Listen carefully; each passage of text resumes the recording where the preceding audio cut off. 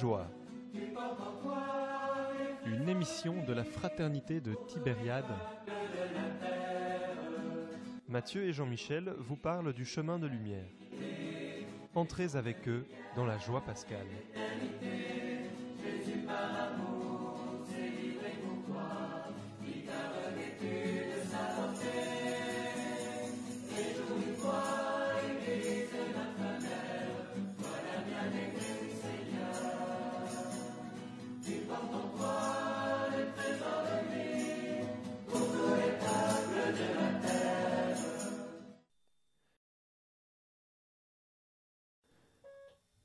Bonsoir à toutes et à tous et bienvenue sur l'émission Paix et Joie. Je suis Mathieu, un des jeunes de l'année Saint-Jean-Baptiste, et je suis ici avec frère Roger. Bonsoir frère Roger. Bonsoir Mathieu. Oh ma joie, Christ est ressuscité. Il est vraiment ressuscité. Alléluia, alléluia, alléluia. Alors on a la joie d'avoir en régie ce soir frère Joachim qui s'occupe du son et de l'image. Encore une fois, pour le bonheur de vos yeux et de vos oreilles. Alors, frère Roger, ce soir, on va parler de la 4e station du chemin de lumière. Alors, avant de commencer, hier, frère Michel, dans l'interview avec, avec Jean-Michel, avait donné à la fin une petite liste de lectures intéressantes. Et donc, si ceux qui le veulent, là, qui nous écoutent, la liste des livres a été mise dans la publication d'aujourd'hui et rajoutée à la publication d'hier. N'hésitez pas à les regarder pour vous inspirer de ces lectures. Donc ce soir, frère Roger, on a comme thème la 4e station. C'est la première apparition de Jésus ressuscité aux apôtres. Il y a quelque chose de particulier, il souffle sur eux. Alors, ah oui, j'ai oublié. Pour que vous puissiez suivre dans votre Bible le texte, le passage qu'on a gardé, nous, c'est dans l'évangile de Jean, au chapitre 20, versets 21 à 23. Est-ce que, frère Roger, tu peux nous raconter un petit peu ce passage ? Oui, merci Mathieu. Donc, ce verset de l'évangile de Saint Jean chapitre 20, versets 21 à 23, là, on est vraiment dedans en pleine résurrection. Donc, là, il y a beaucoup d'événements. Les narrateurs nous racontent ça, que le jour de ce soir de ce jour-là, donc le matin, Marie-Madeleine qui va au tombeau, et il voit le tombeau vide, il considère Jésus comme un jardinier. Et après, elle retourne voir les 11 apôtres, les 11 disciples. Et tout à coup, ils se retrouvaient dans la maison. Tout était clos, fermé, verrouillé, parce qu'ils avaient peur des Juifs. Mais après, qu'est-ce qui arrive? Tout à coup, Jésus qui apparaît au milieu d'eux. Oh, c'est étonnant. Première chose que le Christ dit, paix à vous. Ou soit la paix soit avec vous. C'est très, très important. Hein? Ça, voilà, il leur montre le main et il leur montre encore ce côté qui était transpercé. Et après cela, de nouveau, le Christ leur souhaite encore la paix. C'est très, très important si le narrateur insiste si cet aspect-là, paix soit avec vous. Ça, c'est très, très important. On verra ça plus tard donc, dans notre récit. Mais c'est bien de situer, de voir un peu le contexte où il nous raconte. Saint Jean aime comme ça des signes et des symboles, s'il raconte. Et après, là, il souffla sur eux et il dit, recevez cet esprit. Il leur donne l'esprit et à la fin, il leur donne leur mission, il les envoie. Que tout à ceux qui vous remettez le péché, les péchés seront remis. Et tout à ceux qui vous retiendrez le péché, leurs péchés seront retenus. Là, on arrive vraiment au cœur du récit. Voilà, c'est un petit résumé de situer un peu ce contexte-là de la résurrection. C'est très, très important. Donc c'est vrai, le texte commence par le soir, ce même jour. Donc c'est le soir du premier jour de la semaine, du dimanche où Jésus est ressuscité. Donc le matin, il y a eu les femmes qui sont allées au tombeau, comme tu l'as dit. Pierre et l'autre disciple qui sont aussi allés au tombeau.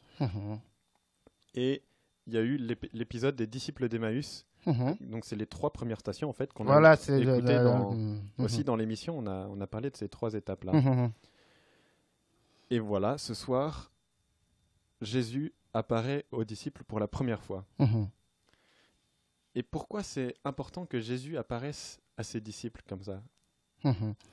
Donc, c'est très, très important que, j'ai expliqué un peu le contexte. Vous comprenez bien que, voilà, les disciples avaient peur des Juifs, parce que tout à coup, ils mettaient l'espoir en Jésus-Christ et ils ont vu comment il était crucifié et comment on les a interdits de ne plus parler de cet homme-là. Et tout à coup, ils ont perdu leur espoir. Ils disent, mais qu'est-ce qui nous arrive? Et ils étaient enfermés.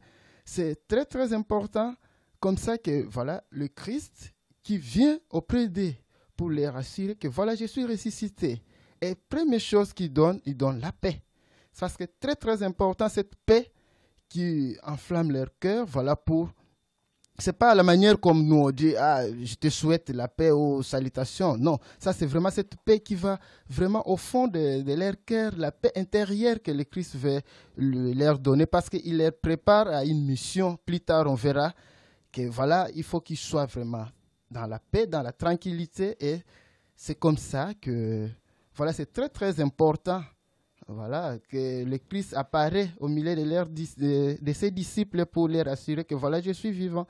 Et il a montré même le main pour dire que voilà, je suis vivant. Mais dans cet épisode-là, vous voyez, demain, donc l'évangile va nous dire un peu le doute de Thomas, parce qu'il n'était pas là, il était absent. Et c'est la suite de notre petit récit là qu'on est tenté de partager avec Matthieu. Vous allez voir, la suite, ça sera demain.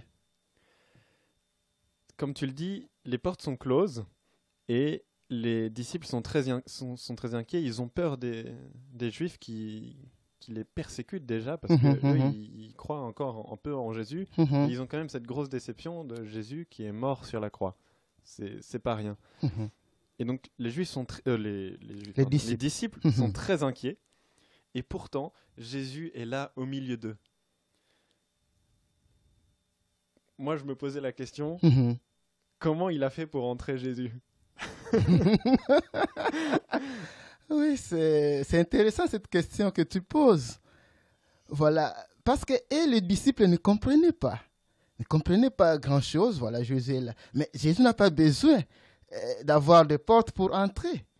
Cela veut dire quoi? Tu vois, Jésus est au milieu d'eux, dans leur cœur, au fond de leur cœur. Il n'y a pas besoin de chercher à gauche ou à droite ou ailleurs. Jésus est là. Cela veut dire que voilà, il est là à l'intérieur d'eux-mêmes. Il ne faut pas chercher dehors. C'est symbolique, hein? C'est symbolique parce que tout est clos, mais bon, c'est un peu fantastique ou bien mystérieux. Hein? On voit, paf, il apparaît comme un fantôme. C'est vrai, mais il ne faut pas chercher à l'extérieur, il faut chercher à l'intérieur de toi-même. Qu'il est là, il est vraiment présent dans ma vie. Ça, c'est très fort et ils vont expérimenter.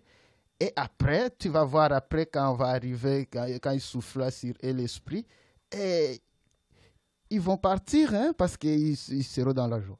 C'est un peu un rappel pour nous que Jésus, il est présent au cœur de nos difficultés, de nos inquiétudes. Effectivement, c'est ça. Il est vraiment présent. Et c'est un grand témoignage de toute sa passion. Jésus qui a vécu, on peut dire, je pense, la plus grande souffrance. Bon, je n'ai pas expérimenté, en tout cas, de plus grande que lui pour le moment. Oui. Mais en tout cas, il a vécu une souffrance terrible pendant sa passion, à travers l'agonie à Gethsémani, puis la flagellation, la crucifixion, il s'est fait insulter par les soldats romains, par les Juifs. Et il s'est fait abandonner aussi par Pierre, qui l'a renié 3 fois. Ça aussi, c'est très difficile. Mais Jésus, à travers toute cette souffrance qu'il a connue, il se rend présent aussi dans toutes les difficultés de tous les hommes sur terre. Et il suffit de lui ouvrir le cœur, hein, voilà, de porter avec nos souffrances, qu'il est à mes côtés, il m'accompagne, il fait route avec moi. Et puis, comme tu l'as dit, les premiers mots de Jésus à ses disciples, c'est paix à vous. Moi, ce que je comprends dans ces mots, que le Jésus ressuscité vient apporter la paix à ses disciples, mais aussi au monde entier. Mais après, comment moi, je peux accueillir cette paix? Comment je peux recevoir cette paix? Parce que Jésus, il n'est pas là devant moi à me donner la paix. Il l'a fait à ses disciples, mais un peu pour le monde entier. Mais comment je peux essayer d'accueillir cette paix? Oui, c'est une bonne question. Comment là, les disciples, ils ont fait leur expérience. Parce que, comme tu disais tout à l'heure, que voilà, dans nos souffrances, dans nos difficultés, il vient nous rejoindre, il est là. Il suffit de faire l'expérience avec lui, comme l'a fait les disciples. Malgré tout, bon, ils ne comprennent pas bien, hein, voilà, parce que dans le récit, ils ne disent rien. Seulement, ils étaient dans la joie, dans la paix, mais ils ne disent rien. Et toi, il suffit d'ouvrir ton cœur. Et il viendra habiter avec toi, cette paix-là. Parce que si tu cherches à la manière où les hommes vont te donner, ça sera un peu éphémère, quoi. De courte durée, c'est parti. Par exemple, je te donne l'exemple concret. Dans mon pays, le Congo, à l'est du pays, il y a toujours la guerre. À un moment donné, il y a la paix. Après, ça reprend. Mais la paix que le Christ nous donne, si tu deviens son ami, si tu t'attaches à lui, si tu mets ta confiance en lui, la foi en lui, ça reste vraiment, ça demeure cette paix-là au fond du cœur. Il suffit de ouvrir ton cœur, voilà, de voir que qu'il est là. Qu'il est là, il nous aime. Moi, ça me fait penser, mais pour lui demander la paix à Jésus, parfois, je me dis, mais c'est bizarre, dans ta prière, tu vas dire, Jésus, ça paraît bizarre de demander, Jésus, viens et donne-moi cette paix dans le cœur, viens, sois présent dans mon cœur. Mais en fait, c'est juste ça qu'il faut dire. Mais c'est ça. Juste demander à Jésus dans la prière. Ça peut paraître étrange, mais c'est tout simple, c'est dans une grande simplicité. Et Jésus, il aime aussi beaucoup cette simplicité qu'on lui demande de venir. Si tu existes, vraiment, manifeste-toi. Ça, c'est très, très fort, cette expérience-là. Beaucoup de frères dans la communauté en ont fait l'expérience, hein. Voilà, quand on les entend témoigner. Voilà, témoigner. Voilà, il dit, si tu es vraiment vivant, manifeste-toi. Mais c'est ça qui est au cœur de notre foi chrétienne. C'est ça, la résurrection, la Pâque. C'est ça, si tu es vivant vraiment, manifeste-toi dans ma vie. Et il va se manifester. Avec conviction et foi, quoi. Jésus montre ses mains et son côté à ses disciples. Et à l'instant, ils sont remplis de joie parce qu'ils reconnaissent leur Seigneur. Ils sont remplis de joie à la vue du Seigneur. C'est le Seigneur, quoi. Moi, j'ai aussi envie d'être rempli de joie comme les disciples, mais je n'ai malheureusement pas encore eu d'apparition de Jésus-Christ ressuscité. Comment je peux faire pour avoir cette joie de contempler Jésus devant moi, d'être vraiment en présence du Christ qui est avec moi? Mais c'est simple, il faut expérimenter cette joie, il faut expérimenter, c'est-à-dire dans une rencontre, voilà, comme nous on fait des émissions ici, tu vois, des émissions Paix-Joie, dans le Facebook, voilà, tu peux tomber là, tu dis, ah mais qu'est-ce que c'est ça, ce moineau, qu'est-ce qu'ils font comme ça? En nous lisant, en écoutant ce que nous on exhorte comme parole de Dieu, et tu peux dire, mais moi je voulais aussi expérimenter, faire ça aussi, avoir cette joie-là. Ou soit tu peux recevoir une invitation d'un ami de venir, voilà, on va faire les camps scout ou à Tibériade, comme ça.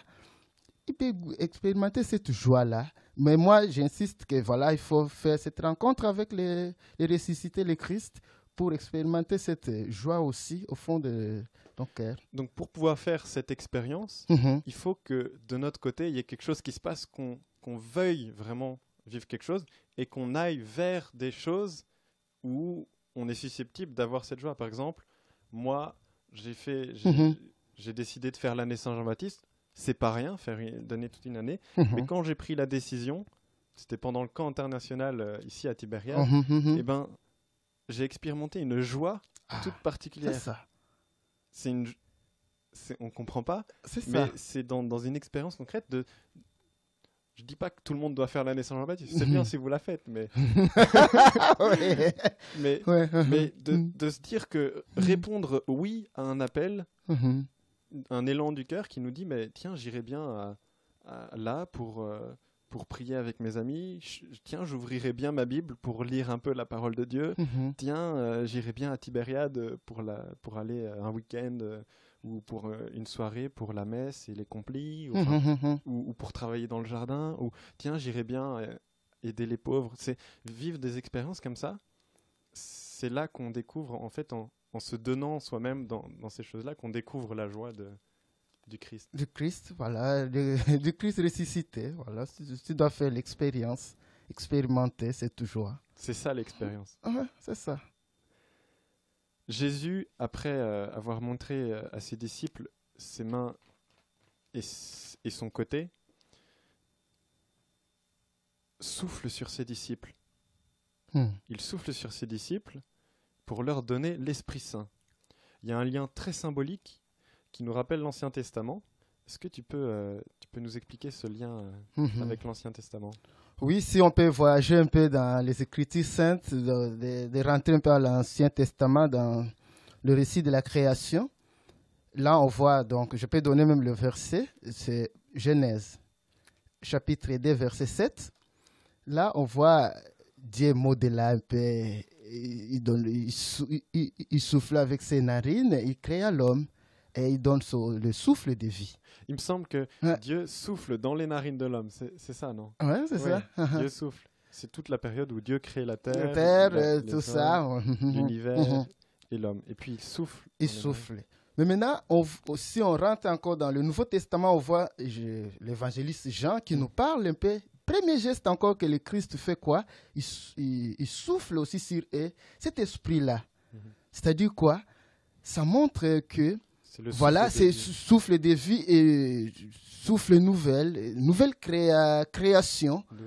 Création parce que et ils vont recevoir encore une mission. C'est ça que donc il montre que le Christ, il est le nouvel Adam. Hein, tu vois, lui avec la résurrection, il détruit la mort et il nous apporte le salut. Parce que si tu continues le récit de la Genèse, tu vas voir que Adam et Ève ils vont pécher. C'est ça que voilà, le péché va entrer dans le monde. Mais le Christ est le nouvel Adam. Lui, vraiment, avec sa résurrection, il apporte la vie et il souffle aux disciples, voilà, pour aller. Donc, à retenir important, je pense que c'est un détail important là, avec la question qui va suivre, c'est que l'Esprit Saint que Jésus donne à ses disciples en soufflant sur eux, c'est un esprit de vie. De vie. C'est voilà. vraiment la vie. Et ça, il faut souligner ça. Et là, c'est à l'instant que je fais le lien avec la question suivante. Je te la pose, et puis après, je reviendrai là-dessus si on a un peu de temps. Jésus dit, ceux à qui vous remettrez les péchés, ils leur seront remis. Ceux à qui vous les retiendrez, ils leur seront retenus. Ça, c'est la mission des disciples. Mais en disant cela, qu'est-ce que fait Jésus ? En disant ça, le Christ les envoie. Et pourquoi ? Parce qu'eux-mêmes, ils ont fait l'expérience de l'amour de Dieu, de la miséricorde de Dieu. Et ils seront aussi l'instrument pour les autres aussi de cette miséricorde de Dieu. Instrument et serviteur. Serviteur, et c'est qu'ils ont pu expérimenter eux-mêmes. Voilà, ils seront les témoins de ça. C'est ça, vraiment, c'est une mission très, très importante que le Christ leur donne. Parce que tout à l'heure, tu disais que Pierre avait renié Jésus 3 fois. Mais Jésus l'a pardonné. Non, le Christ lui a pardonné. Il a dit, voilà, il continue. C'est dans le regard, quand Pierre croise le regard de Jésus, tout de suite, Pierre pleure. Pleure, mais c'est pas parce que Jésus le juge, mais c'est parce que Jésus l'aime. Ouais, c'est ça. Et maintenant, ils vont vraiment faire cette expérience. Et puis, ils seront aussi l'instrument pour les autres de la miséricorde. Donc là, Jésus les envoie comme instrument de la miséricorde. La miséricorde de Dieu, elle se manifeste à travers le pardon. Oui, le pardon. Le pardon, la confession. Donc on va parler pardon, réconciliation. À ce moment-là, quand Jésus donne l'Esprit Saint aux disciples et les envoie, il donne un peu un pouvoir à ses disciples de remettre ou non le péché aux hommes. Ça veut dire quoi, remettre les péchés ? Bon, c'est un peu un mot compliqué si vous allez voir un peu, on dit remettre et retenir. Remettre et retenir. Je pense, comme je te disais là, que comme ils ont reçu cette grâce aussi, leurs péchés étaient pardonnés, et à leur tour aussi, ils ont reçu le pouvoir, ce pouvoir-là de pardonner aussi le péché. C'est ça qui est né le sacrement de la réconciliation. À partir de là, parce que c'est une mission dans l'Église. Là, si on a le temps, je peux expliquer un peu quelques lignes. C'est à partir de là que ce pouvoir-là, reçu par les apôtres, on appelle ça la succession apostolique, et qui se transmet jusqu'aujourd'hui à nos prêtres qui ont ce pouvoir-là d'écouter les confessions, de pardonner. Voilà. Tiens, justement, tu parles des prêtres, et j'avais une question. Pourquoi il n'y a que les prêtres qui peuvent confesser les péchés, qui peuvent donner le sacrement de réconciliation, donner le pardon de Dieu? Est-ce que c'est parce qu'il n'y a qu'eux qui ont reçu l'Esprit Saint? Non. Et pas les autres? Non, tout le monde a reçu l'Esprit Saint au baptême. Mais maintenant, il faut bien distinguer. Il y a les sacerdoces ministériels et sacerdoces baptismales. Eux, le prêtre, ils sont dans les sacerdoces ministériels parce qu'ils sont ordonnés, ils ont reçu cette mission, cet ordre de la part de l'évêque pour être au service de leurs frères. C'est comme je te disais. Comme les disciples, ils ont reçu l'ordre de Jésus de pardonner. Et puis cette succession depuis Jésus, les apôtres, nos évêques et nos prêtres. C'est comme ça. Donc, mais c'est des hommes bien préparés. Hein, c'est pas quelque chose donc quelqu'un qui ne maîtrise pas ça. Vraiment, ils sont bien préparés pour ça, pour écouter. Donc, n'ayez pas peur d'aller se confesser. À travers leur sacerdoce ministériel, ils reçoivent une grâce particulière pour pouvoir justement exercer leur sacerdoce. Oui. Et puis, en latin, on dit « in persona Christi ». Donc, ils ont reçu l'ordre-là auprès de Christ. Ils représentent le Christ. Et la question qui peut venir après ça, c'est, mais quand c'est la première fois qu'on va se confesser, si je ne l'ai jamais fait, on ne m'a jamais appris à le faire, c'est pas toujours facile d'aller demander le pardon à Dieu, d'aller voir un prêtre. Et on peut se sentir méfiant ou se sentir nous-mêmes trop mauvais, d'avoir trop de péchés. Qu'est-ce qui peut nous aider à faire ce pas vers Dieu, à aller voir le prêtre, et comment justement se préparer et pour bien faire ça là? Je pense, pour ceux qui nous suivent, là, on va faire référence un peu dans le parabole de l'enfant prodigue. Tu vois, dans Luc, chapitre 15, verset 11 jusqu'à 32. Là, tu vois, l'enfant prodigue, il a demandé la liberté auprès de son père, quoi. Il a dit, donne-moi le part d'héritage. Mais en allant, il a tout perdu, tout ça. Oui. Il a pris conscience, donc, du fait de réfléchir, de prendre conscience que l'acte que je fais, c'est pas bien. Et ça fait réfléchir. Et c'est ça, le péché, ça fait réfléchir. Et puis, tu dois prendre une résolution ou une décision de dire, voilà, il a dit, je me lève, j'irai vers mon père. C'est ça la confession. Tu décides, tu dis, voilà, même si je suis mauvais, j'ai fait des choses un peu banales, et tu viens, notre Père, notre Dieu et le Dieu de miséricorde, il va t'accueillir. Mais maintenant, il faut se préparer quand même. Tu ne peux pas aller comme ça si tu ne sais pas comment. Il faut avoir bien confiance en Dieu qui est miséricordieux, qui voilà. veut nous aider, mais il faut se préparer, avoir une certaine ouverture quand même. Voilà. Ça, tu vas nous dire comment se préparer et ouvrir son cœur.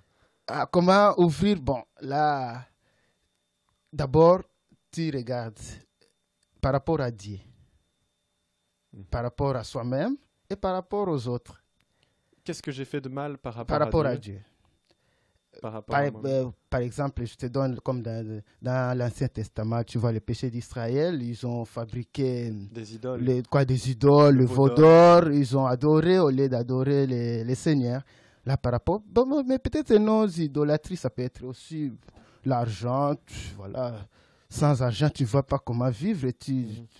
L'argent devient comme une idole pour toi.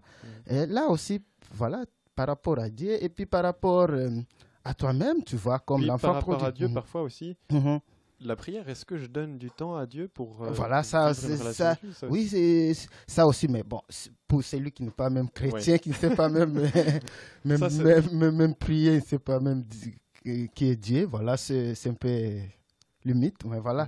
Comme ça, tu te prépares un peu, tu sais la liste des choses que tu vas dire, voilà. Ça peut t'aider aussi, sinon, d'aller dire qu'est-ce que je vais dire.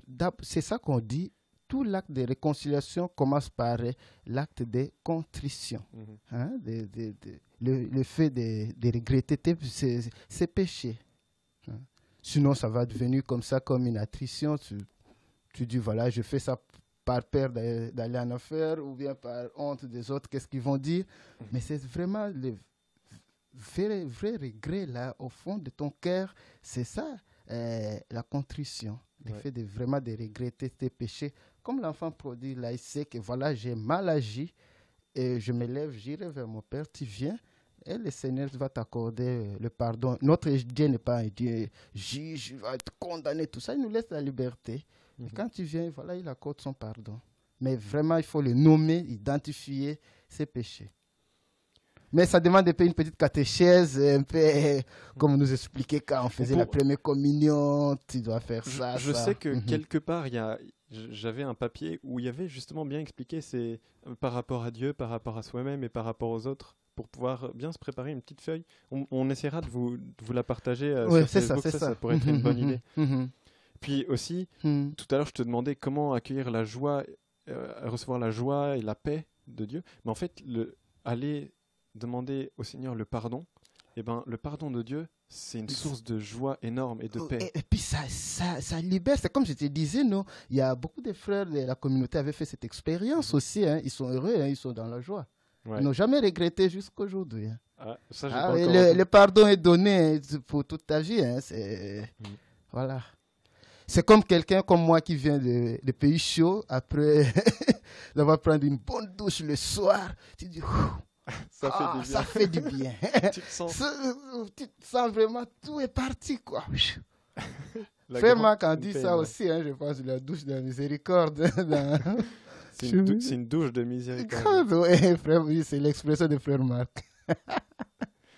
Bon, on finit. Là, ça va être l'heure des complis. Ouais. On va s'arrêter maintenant.